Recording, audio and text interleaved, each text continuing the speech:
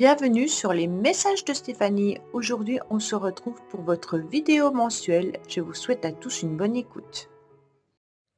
Coucou les balances, bienvenue sur les messages de Stéphanie. Aujourd'hui, on se retrouve donc pour votre tirage sentimental et relationnel du mois de mars 2025. Allez, on va voir un petit peu ce qu'il en est pour vous, amis balance, concernant bien entendu votre, vos énergies, concernant vos émotions. Bien sûr, on prend avec bon discernement ce qui est dit, hein, c'est une guidance générale. Donc, bien entendu, ne vivez pas à travers les guidances, je n'ai pas la vérité absolue. Donc, on fait attention, si ça ne vibre pas, vous ne prenez pas. Prenez seulement si ça résonne au plus profond de vous-même. Alors, les balances, on va déjà regarder un petit peu ce qu'il en est au niveau de votre signe par rapport à Vénus, concernant bien entendu le mois de février. Vous vous rappelez, j'avais fait des vidéos concernant... Alors, vous êtes où vous? Bon, on va mettre le tirage hein. En attendant. On va prendre une. Je ne retrouve pas. Bon, bah tant pis. Ah si, balance. Alors, qu'est-ce qu'on a? On a, bon, neutre, hein, donc jusqu'au 27 mars, vous êtes dans une situation neutre face à Vénus. On vous dit clairement que à partir du 28 mars, il y aura de la méfiance, il va falloir s'adapter aux autres et vous serez dans une forme d'opposition. Alors, qu'est-ce qu'on vous dit actuellement en petit message? Ce que je suis suffit tel que je suis. Bon, en quelque sorte, le jour le plus important de ta vie sera celui où tu décideras que tu es assez bien comme ça. Ce jour-là, tu connaîtras la liberté. Alors, les balances, en quelque sorte, ça veut dire que vous devez vous suffire à vous-même. Ça veut dire que vous avez besoin de personne pour pouvoir avancer dans votre vie, hein, et puis que vous devez aussi apprécier la personne que vous êtes dans sa totalité. Quand vous vous aimerez, en tous les cas davantage, que vous respecterez qui vous êtes réellement, vous allez vous rendre compte que vous aurez plus besoin des uns ou des autres pour pouvoir vivre en quelque sorte. Souvent, les dépendances affectives, hein, au niveau sentimental, elles viennent du fait qu'on ne se sent pas forcément bien tant qu'on n'est pas amoureux ou amoureuse.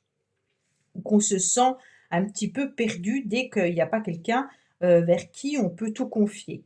Donc là, quand vous arriverez à comprendre que vous avez besoin de personne, que la seule personne que vous avez besoin de choyer, de coucouner, bah, c'est vous. OK? Allez, qu'est-ce qu'on a pour vous? Bien entendu. Alors, on me dit que votre motivation, c'est d'y voir un petit peu plus clair, hein, de voir un petit peu de l'espoir, de la lumière au mois de mars par rapport aux événements que le destin vous met un petit peu sur votre chemin. On vous dit clairement que en ce moment ou ces derniers temps, en tous les cas, vous avez sûrement dû vivre des périodes pas simples, dans le sens où les choses ou les événements qui vous semblent difficiles ou inhabituels, hein, c'est comme si l'univers vous avait placé cela pour que vous puissiez les gérer et les accueillir. Donc vous avez du mal à comprendre pourquoi vous êtes jamais bien en quelque sorte dans votre vie, dans vos relations, ou que vous n'êtes pas forcément avec la bonne personne au niveau sentimental, ou qu'il y a des événements qui sont difficiles à encaisser et c'est compliqué pour vous. On me dit également qu'il peut y avoir une forme de solitude, de réflexion aussi par rapport au célibat qui perdure, ou une réflexion aussi par rapport à une situation du passé, hein. Peut-être que vous avez vécu quelque chose de difficile et compliqué dans le passé et qu'aujourd'hui, bah, ça laisse des traces et que vous vous posez vraiment la question: «Pourquoi, on m'a infligé ça? Pourquoi j'ai vécu ça? Pourquoi l'univers, en quelque sorte, me met toujours des bâtons dans les roues?» On vous dit clairement que si l'univers vous met ça sur votre route, c'est que vous êtes en capacité, bien entendu, de les accueillir, hein, et puis, de pouvoir en faire quelque chose. Alors, moi, je suis pas forcément d'accord avec tout ça, mais c'est vraiment ce que ça signifie, OK? On me dit que quoi qu'il en soit, vous, la base de votre situation, hein, les bagages que vous avez, c'est d'essayer de vous alléger par rapport à ce que vous vivez qui est trop lourd à porter ou par rapport à une situation que vous avez envie, en quelque sorte, bah, presque de la laisser derrière vous et de ne plus la transporter. Alors, on me donne comme message, j'ai trop de valises et ce serait bien que j'en laisse quelque part. Alors, ok, alors, vous voulez les laisser où? Je ne sais pas, hein, c'est le message qu'on me dit: «Il y a trop de valises à porter, ce serait bien que je les pose quelque part».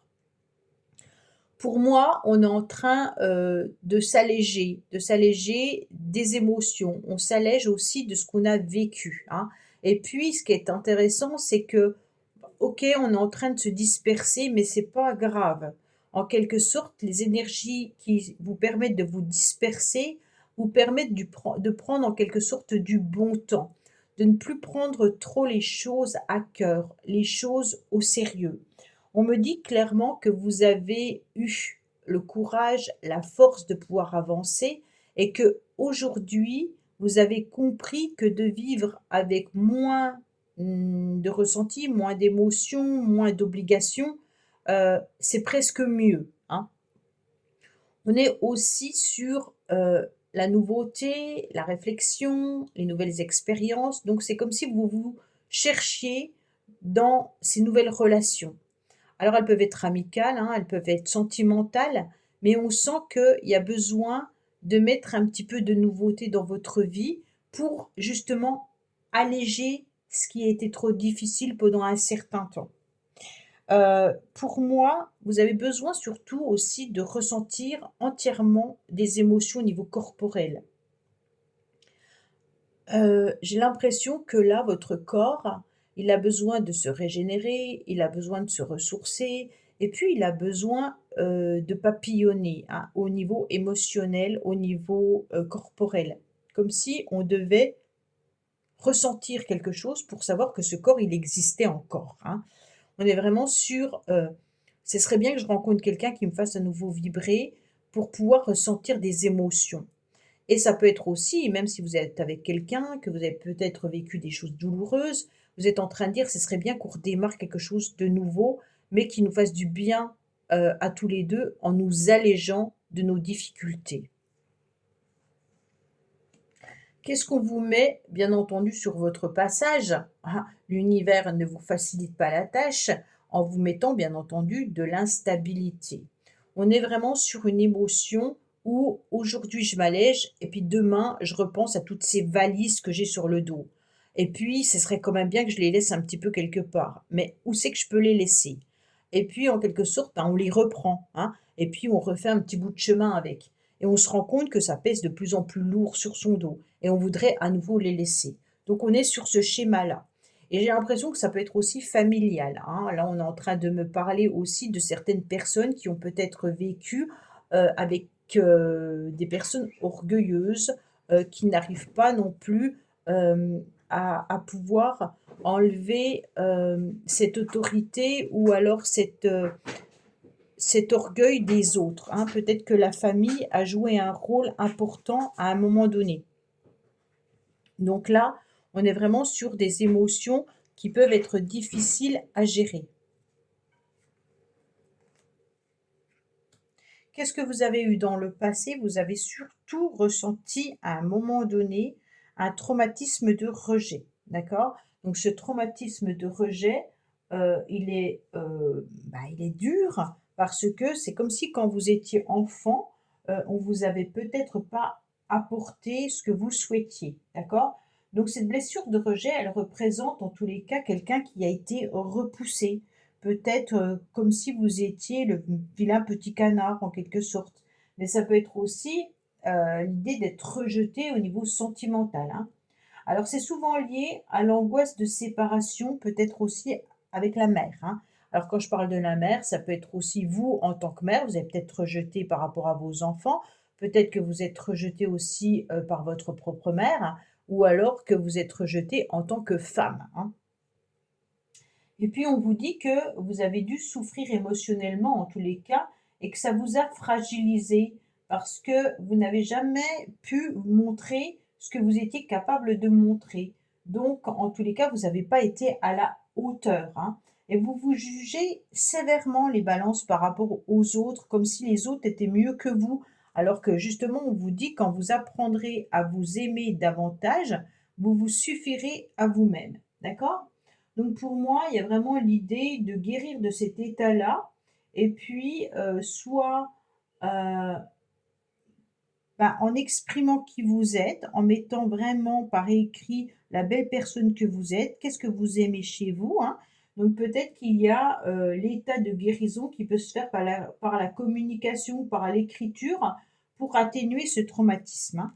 Donc là vraiment, voilà, je ressens cet enfant qui est complètement bloqué, ou alors vous devez aussi souvent vous mettre en position fétale, hein.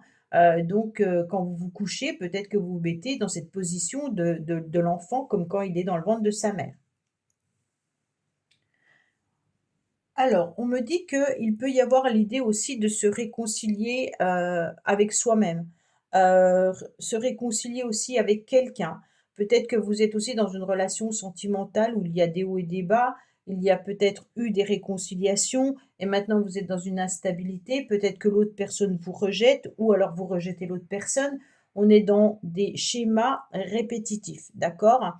On a besoin de cadrer cette relation, cette situation avec beaucoup plus de droiture en pesant le pour et le contre et ne pas se sentir dans l'injustice. Mais ne pas non plus être trop dans la sévérité, concernant bien entendu l'autre personne. C'est vraiment une idée d'avancer, en mettant un cadre, mais peut-être aussi, de bâtir et de construire, tout ce qui peut être, relationnel. Est-ce que vous êtes toujours dans le sentiment de rejet, autant dans vos relations amicales, sentimentales, familiales? Ou est-ce qu'il y a qu'une situation dans laquelle vous vous sentez comme ça, hein? Donc cette réconciliation avec vous-même ou cette réconciliation avec l'espérance et la croyance que les choses vont s'améliorer peuvent être lourdes au mois de mars parce que ça vous met dans du on-off. Oui, j'y crois. Le lundi, le mercredi, j'y crois plus, hein. On est vraiment sur un mois indécis.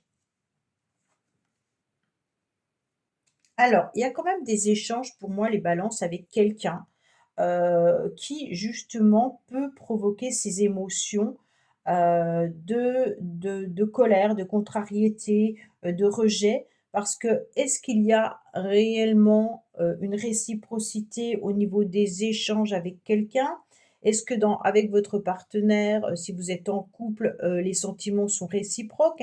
Est-ce que vous êtes en train de vivre tout simplement des épreuves, dans votre couple qui, peuvent être de l'ordre du sentimental, mais pas forcément liées à l'un ou à l'autre, mais peut-être des difficultés financières qui viennent impacter votre relation, peut-être les enfants qui viennent impacter aussi votre couple, peut-être la famille également, hein. Et là, on sent qu'il y a des décisions, des choix à prendre au niveau, sentimental.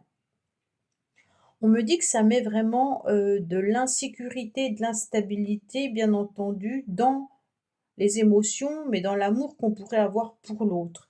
Même si on ressent qu'il y a une réciprocité, ça convient pas forcément parce qu'il y a trop de choses à régler, hein. On va voir ce qu'il y a à régler en tous les cas.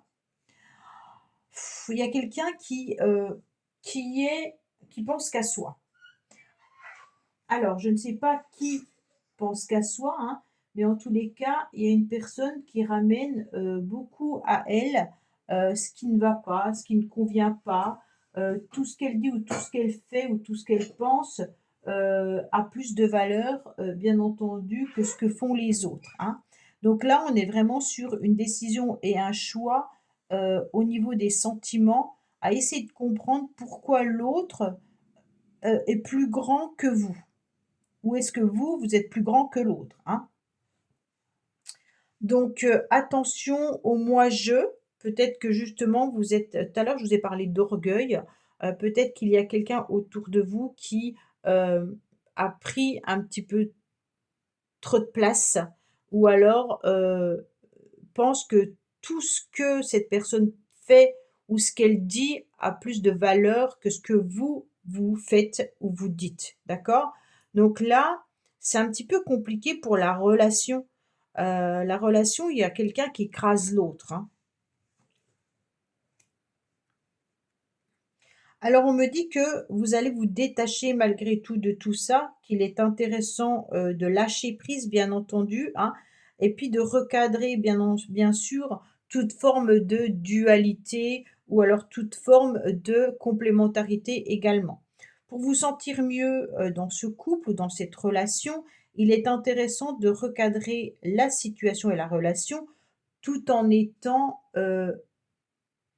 comment dire? Dans la même égalité. Il faut pas qu'il y en ait un qui soit plus petit que l'autre. On a besoin de se sentir en complémentarité, on a besoin de se sentir à la même hauteur que l'autre, hein. Autrement, bien entendu, on va s'épuiser dans cette relation et on va se sentir un petit peu, fatigué de se battre pour pouvoir prouver à l'autre qu'on vaut quelque chose.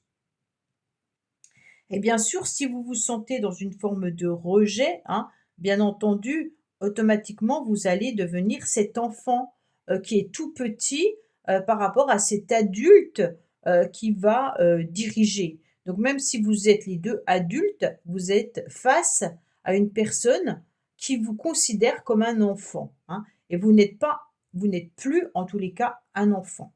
Donc aujourd'hui, bien entendu, il est temps, bien sûr, de montrer qui vous êtes, hein, en acceptant la belle personne que vous êtes et puis aussi en étant, clair avec vos sentiments et clair avec cette émotion d'instabilité dans cette relation. Alors il y a de la frustration. Il y a de la contrariété parce que cette frustration, peut-être que vous échangez avec quelqu'un où vous ressentez un manque, mais ce manque, est-ce qu'il est de l'ordre, heu, d'anxiété, d'insatisfaction ou d'incompréhension? Parce qu'on sent des désirs qui sont vraiment pas, qui sont refoulés en tous les cas, hein. Heu Il y a de la colère, de la contrariété et puis il y a ce traumatisme de rejet. Vraiment cette blessure émotionnelle que vous ressentez là, elle doit être prise en conscience pour pouvoir être guérie. C'est comme s'il y avait des jugements, hein. On est dans une relation où il y a quelqu'un qui prend le pouvoir sur l'autre et donc forcément ces jugements, sont difficiles, hein, à accepter. Et à un moment donné, eh ben, vous allez plus pouvoir avancer. Donc c'est compliqué, pour pouvoir, trouver en tous les cas l'amour.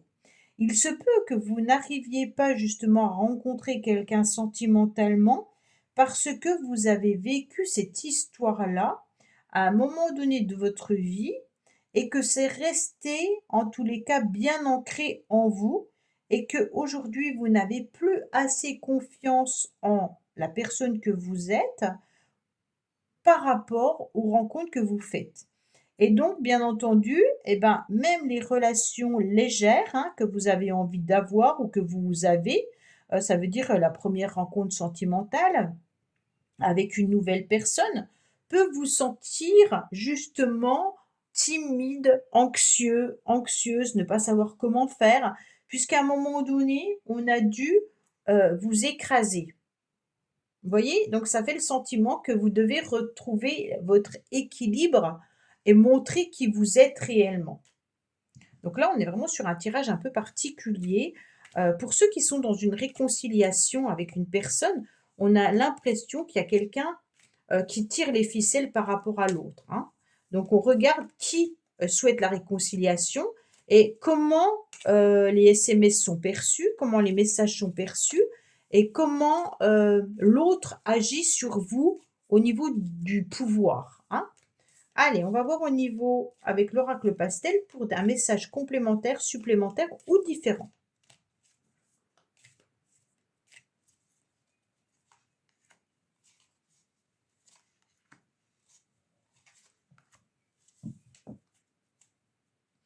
Il y a des déclarations.